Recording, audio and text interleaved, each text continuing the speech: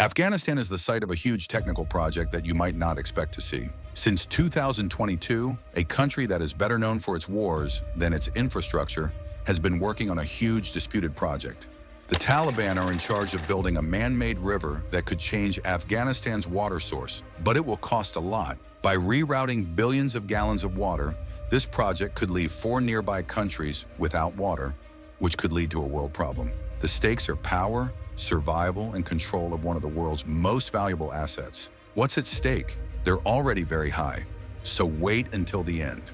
First conceived in the middle of the 20th century, a significant idea is now becoming a reality. Afghanistan has been in and out of war and unrest for a long time, but one of its biggest projects, the Tepe Canal, is moving forward. Muhammad Daud Khan came up with the idea for this man-made river as a way to turn Afghanistan's empty land into farmland. Daud thought that using the Amu Darya's water could free Afghanistan from having to buy food, which would protect the country's farming future.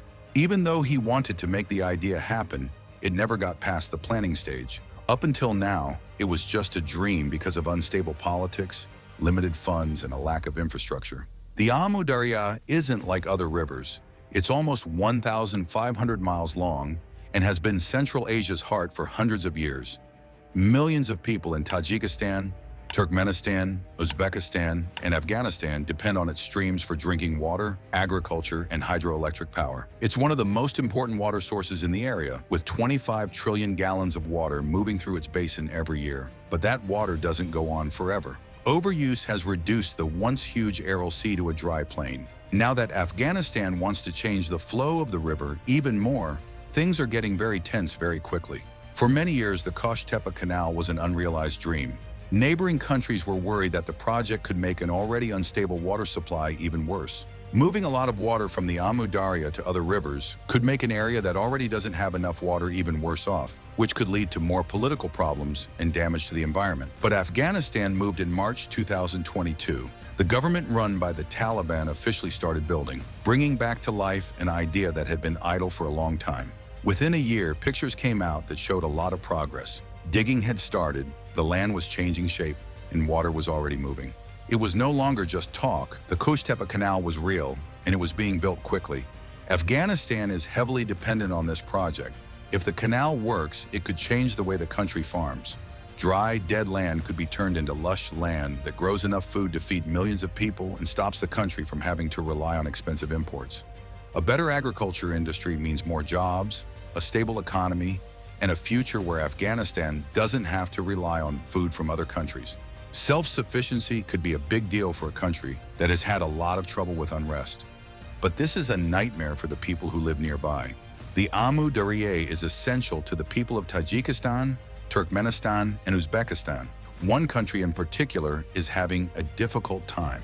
In the past, the river ran into the Aral Sea. However, the sea has been shrinking for decades because too much water is being used. If Afghanistan takes even more, it could be catastrophic for the earth. Desertification would speed up, water shortages could get worse, and towns that depend on the river could end up in terrible conditions. But this project also makes a political point. Afghanistan is taking back control of its own natural riches by moving forward with the Tepe Canal. Officials say that getting their country water is not only important, it's necessary. Even though Afghanistan's neighbors are getting more worried, the country doesn't seem ready to slow down. The speed at which construction has been going is amazing. Initial estimates put the first part, which brings water from the Amu Darya to Daulatabad in bulk, at 24 months. It was finished in just 18 hours. A section of the canal that is 67 miles long was finished for about $94 million, which was paid for by Afghanistan's own money. No foreign help or loans, and nothing else. That's a big financial pledge, since that much money makes up about 8% of Afghanistan's entire domestic income in 2022. But if the canal does what it says it will do, the benefits could be huge. According to experts, it could bring in about $500 million a year just from farming.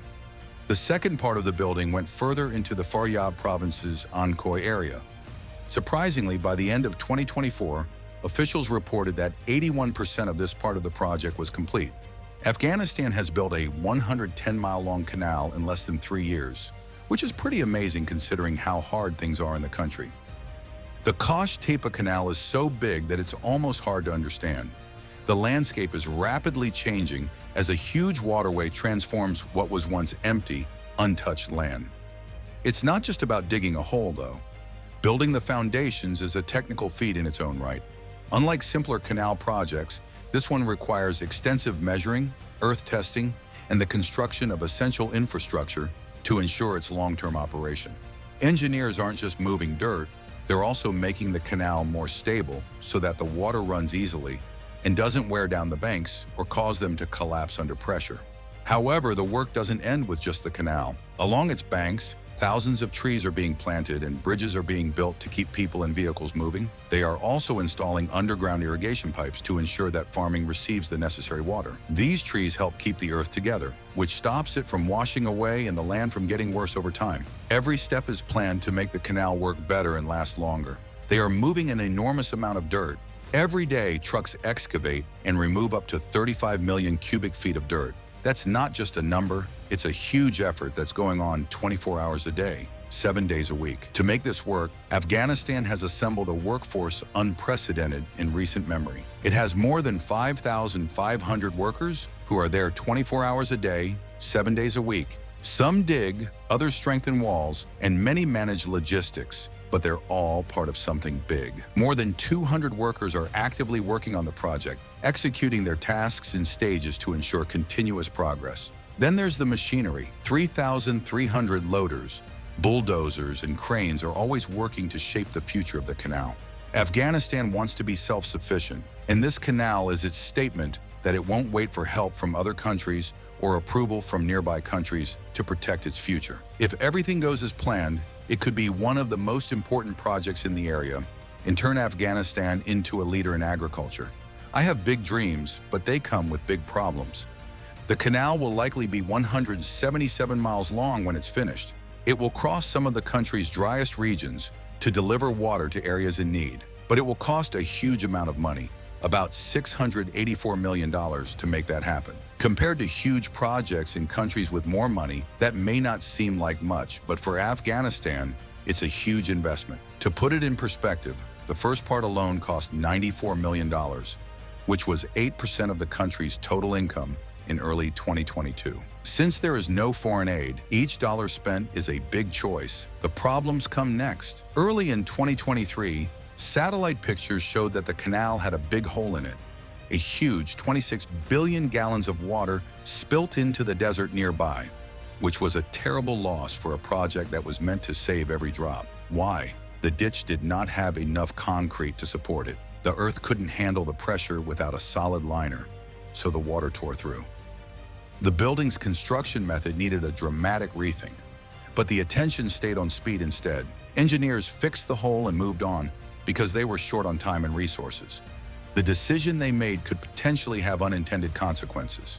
Without reinforced concrete, the canal could still leak, fall, or fill up with silt in the future.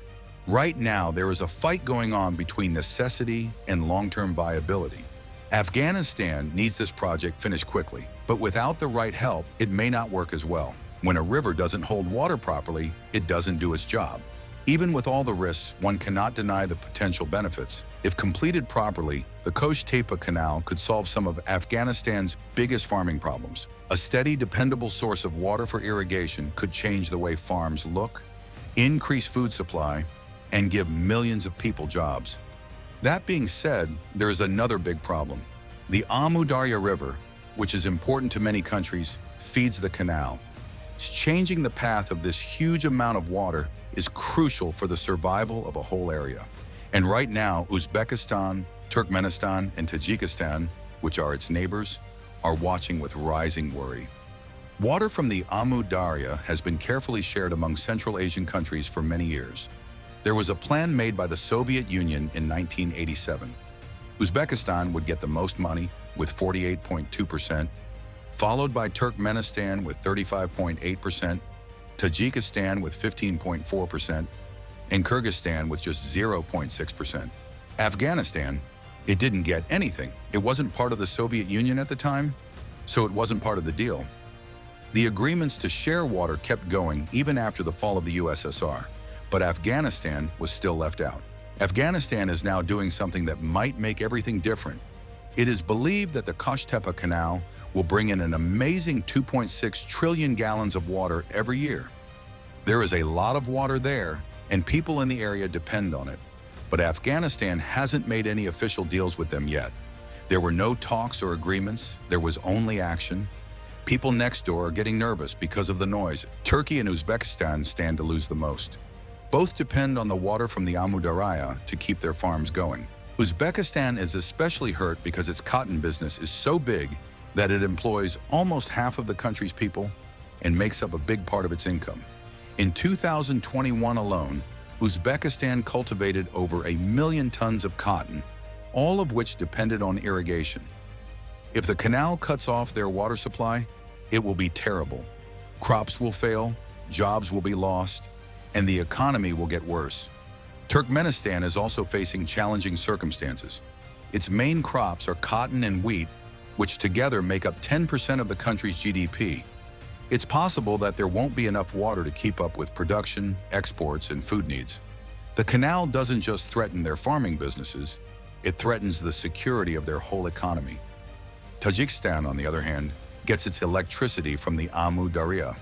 The country's ability to produce energy quickly suffers when the water level drops. There are problems with losing power, the economy, and the possibility of things becoming unstable. There are bad effects that spread like a wave. But there's another problem coming up that's even worse than the economic losses. The death of the Aral Sea could happen faster because of the Kosh-Tepe Canal. This is one of the worst environmental tragedies in the world. The Aral Sea used to be one of the world's biggest lakes, but it has been drying up for decades. From a thriving body of water in 1997 to a barren wasteland today, satellite pictures show a sad change, and the Amu Darya was one of the last rivers that fed it. The river's flow had significantly decreased even before Afghanistan's canal project, to the point where it no longer reached the sea. Any little bit of hope for the Aral Sea's comeback is now going away because 2.6 trillion more gallons are going to be moved. This is not just a loss for the environment in southern Uzbekistan, it's a disaster. In the past, fishing villages did very well along the shores of the Aral Sea. The sun never sets, leaving the boats that once traversed its waters to rust in the sand. What has become of them?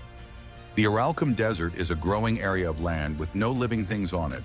It's not just about the losses. The expansion of the Aralkum Desert is creating a new crisis. The dry seabed has become a breeding ground for toxic dust storms, storms filled with pesticide residues and salt. These problems aren't just in this area. The winds carry this toxic dust across Uzbekistan, Turkmenistan, and Kazakhstan, affecting the health of millions. As the sea goes away, it leaves behind bad things like respiratory diseases, polluted water sources, and poison farms. Environmental experts concur that the Aral Sea will permanently disappear if the Amu Darya's water supply continues to decline.